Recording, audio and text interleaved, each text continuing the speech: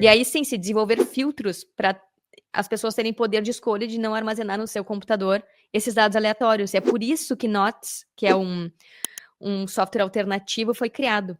E olha que doido. E para mim, esse é o ponto dessa discussão e dessa treta toda. Outros softwares começaram a surgir, como o Bitcoin Libre, ou não, Libre Relay, que é o oposto do Knots, que é um software que não tem limite nenhum, que tu pode registrar o que tu quiser. Entende? Para mim, o que está acontecendo agora é uma grande disrupção do Bitcoin Core, para bem ou para mal. Então, até então, o Bitcoin Core era o principal software. E isso acontece através da briga, tá? Porque é assim que as coisas acontecem. E detalhe, Carol, o Bitcoin Core foi justamente o software iniciado pelo Satoshi. Sim, ou seja, é o software principal, né? Eu acho que 90%, se não me engano, até posso pegar esse dado e trazer aqui embaixo desse vídeo depois. Tu tem aí? Se não me engano, 90% dos nodes rodam usando o Bitcoin Core. Mas olha que interessante que tu está trazendo.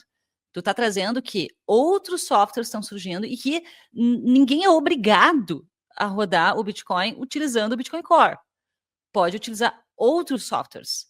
Eu acho que esse é o ponto desse momento do que está acontecendo, dessa discussão. Está trazendo uma consciência de que as pessoas podem rodar outros softwares, né? E talvez justamente isso seja bem bom, inclusive. Não fica todo mundo usando, a maioria usando um software único. Exato. Olha aqui. Esse é o ponto, tá? Agora, o que está acontecendo é que o Knots, Bitcoin Knots, foi para 3%. Estava em 2% há uns meses atrás. Isso quer dizer que 96, quase 97% da rede usa Bitcoin Core, que é esse em amarelo clarinho aqui.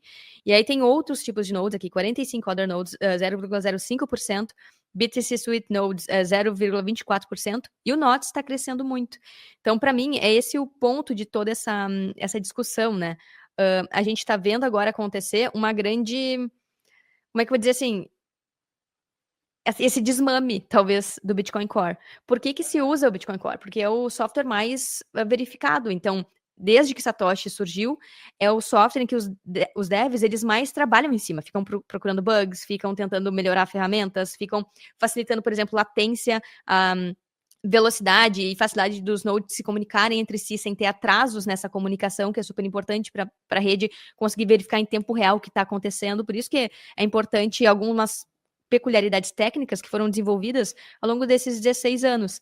Mas, ao mesmo tempo, eu vejo como absurdamente saudável o que está acontecendo, porque isso está, de alguma forma, trazendo mais possibilidades para os usuários que rodam nodes. Beleza, não concordo com o Bitcoin Core. Eu vou rodar Knots. Eu vou, então, adaptar o meu, sei lá, o meu node, vou criar uma nova implementação.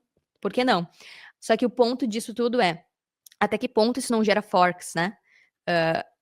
Outros softwares ou outras implementações começarem a mudar tanto a forma de se comunicar com a rede, e isso gerar uma diferença em lidar com a rede. Isso pode acontecer também. Mas a galera, os devs estão dizendo que isso não vai acontecer, ainda não chegou nesse ponto de virar uma espécie de soft fork por rodar diferentes implementações, mas pode acontecer. Então a gente vai acompanhar tudo que está acontecendo em relação a isso. Mas para mim o ponto é essa distorção do que é uma transação, o que entra dentro, não é mais uma mensagem atrelada a uma transação, estilo o que Satoshi fez, né? Chancellor on the brink of second bailout for banks. Não, aquela mensagem que está sendo registrada agora, ela está sendo usada por um outro protocolo para criar outras funções para as transações. Só que aí isso gera um embate cultural absurdo, que é o que a gente estava falando desde o início. A rede, ela tem que ser uma rede monetária ou uma rede de cassino? Será que a gente tem escolha? Será que as pessoas são burras mesmo e vão usar a rede para especulação e no fim das contas vão pagar taxa para os mineradores? É isso que vai compensar a queda, né, a queda da receita dos mineradores por causa da recompensa que vai cair ao longo do tempo? Será que isso também não é aquele destino que todo mundo já sabe, que as taxas vão substituir as recompensas por bloco e dane-se, vai ser através de shitcoiners gastando com um monte de coisa que não tem valor nenhum? Só que se isso sacrificar a descentralização, é um problema. Então, até que ponto, de fato, a descentralização está ameaçada por essa sobrecarga de dados? Acho que esse é o X da questão também. Né? Hoje, qualquer pessoa consegue rodar um node da rede Bitcoin, não precisa depender de data center, pode ser, inclusive, um computador velho, mas não pode sair do controle esse armazenamento de dados, não pode virar uma Solana, que ninguém consegue rodar só em data center, tendo um computador de 40 mil, 50 mil, para conseguir armazenar os dados, porque é muito pesado. né? Porque ninguém consegue ter capacidade de hardware para fazer isso. Ou a gente vai ver daqui a pouco uma evolução de armazenamento, um pulo do gato da vida, que vai facilitar esse tipo de armazenamento. Isso não parece estar muito perto de acontecer. Então, é muito mais viável que, tecnicamente, de alguma forma, se pense sobre isso. Como evitar lotar os registros com dados que não são da rede Bitcoin de transações, né? Enfim, que não vire um ataque de DDoS na rede.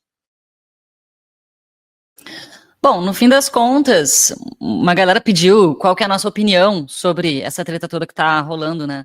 E no fim das contas, tudo é bom para o Bitcoin, aquela velha história, né? Quanto mais se discutir, mais se debater, olha só, a gente nem sabia que essa pull request estava rolando lá no GitHub, só quem acompanha o GitHub, a questão mais técnica estava por dentro, e se tornou uma polêmica que acabou que todos os bitcoiners aí, a galera tá debatendo. Olha que interessante como acontece, qualquer mudança maior, polêmica, que não há consenso, ela acaba gerando um maior burburinho. E isso é excelente, isso mostra como realmente todo mundo pode participar das discussões, pode opinar ali no Twitter, mandar mensagem para os mantenedores do Bitcoin Core e entrar no fight também. Sabe? Mas é aí que a galera diz que não, sabe por quê? E é esse o ponto dos shitcoiners, né? A galera que foi discordar lá do Bitcoin Core, porque o que aconteceu, né? A galera comentou que... E é por isso que estão falando que o Bitcoin Core virou um problema para a rede Bitcoin, virou uma ameaça e tá atacando. Porque eles travaram as discussões dentro do GitHub. Não tem como travar, tu pode travar as discussões lá no GitHub, mas a galera vai para cima no Twitter. Perfeito, mas é esse ponto, né? O Bitcoin não é o Bitcoin Core, né? Sim. O Bitcoin não é o Bitcoin Core, não é esse software, tem outros softwares já rodando. Sim, mas é justamente isso que está vindo à tona agora, que era o que a gente acabou de falar, né? Mais de 90% das pessoas que rodam nodes rodam software Bitcoin Core, então por isso também que a polêmica fica tão grande, né? Porque a maioria das pessoas está usando Bitcoin Core, que justamente é o que Satoshi iniciou.